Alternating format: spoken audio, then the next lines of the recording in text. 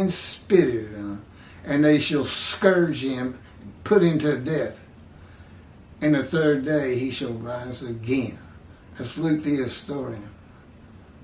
The Hebrew Bible, great scroll of Isaiah,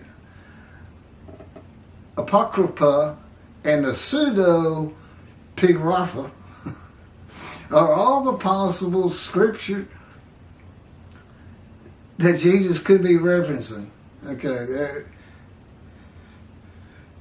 that includes religious writings that didn't get put into the Bible, I suppose. And not one book mentions the Son of Man, which means the man of mankind, a person of mankind, God's righteous servant of Isaiah 53, a son of God, a man who is God, or any man to be delivered to the Gentiles, mocked, scourged, and put to death. A man who dies for the sins of other men, any man who is to rise from the dead on the third day, or a man who is sacrificed or made to sacrifice himself by God. It's just not there. You heard me from the lips of Jesus. I just read that's from the New Testament. It's an outright lie. And deceptive, the whole basis for Christianity is the sacrifice, the crucifixion, the scourging part of it. You know, he's a man of suffering, familiar with.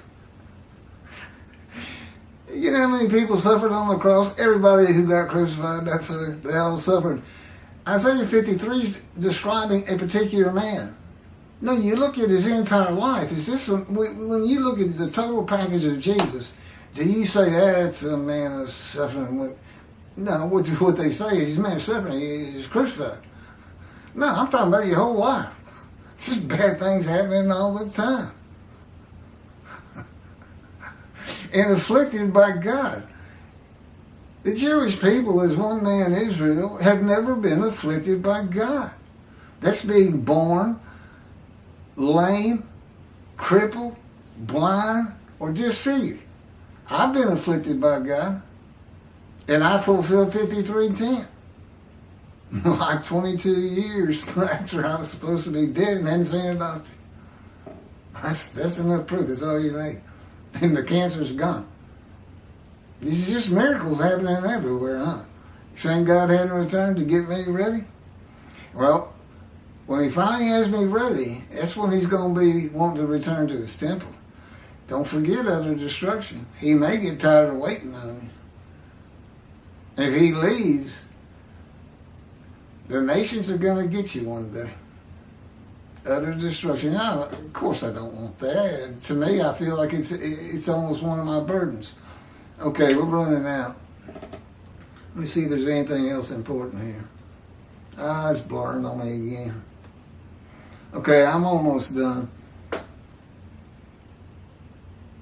Okay, y'all can look up pseudegrapha and the other one. That's 2 paragraphs. It is accepted today by Judaism and Christianity that the 4 Gospels are pseudepigrapha and were not written by the disciples Michael, Mark, and John, and the historian Luke. Okay, we're back on. I'm going to try to give you these last 2 paragraphs I just jumped. The Apocrypha, in Greek, that means hidden books, are Jewish books from that period not preserved in the Hebrew Bible, but included in the Latin Vulgate and Greek Septuagint Old Testaments. The Apocrypha are still regarded as part of the canon of the Roman Catholic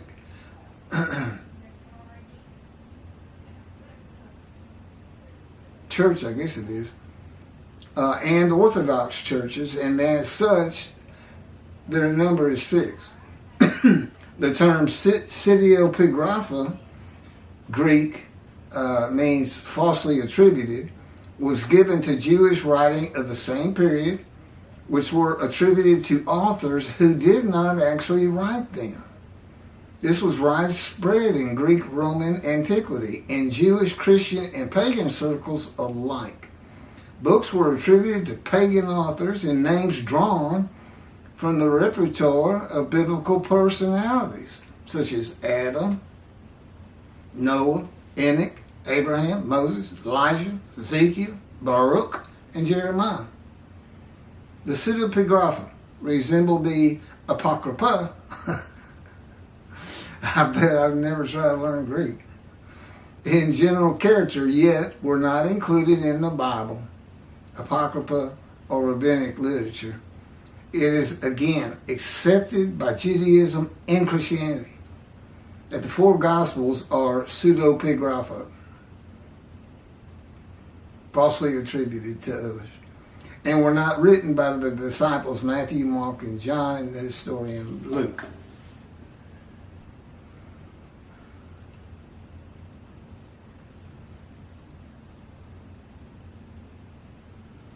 The greatest lie. And not only that, it's doctoring the New Testament. Well, I mean, this, how do you say is prophecy fulfilled? How do you say that? Well, all you did was, whoever wrote it just changed it. They had Zechariah right in front of them. And they said, well, we can't have that, because he gets crucified. Come on, it's hard enough to fit Jesus into this book without you giving me trouble, slow-mo. That's what they did. They said, we got to make money. How about that story, Jesus? Everybody loves it. It is a good story. But that's what it is, a big story. That's all people had back then. Okay, next up, 18. Personally, I love this one. I think it'll bore most of you to death. Signs and portents. God says you'll like it. He just said that.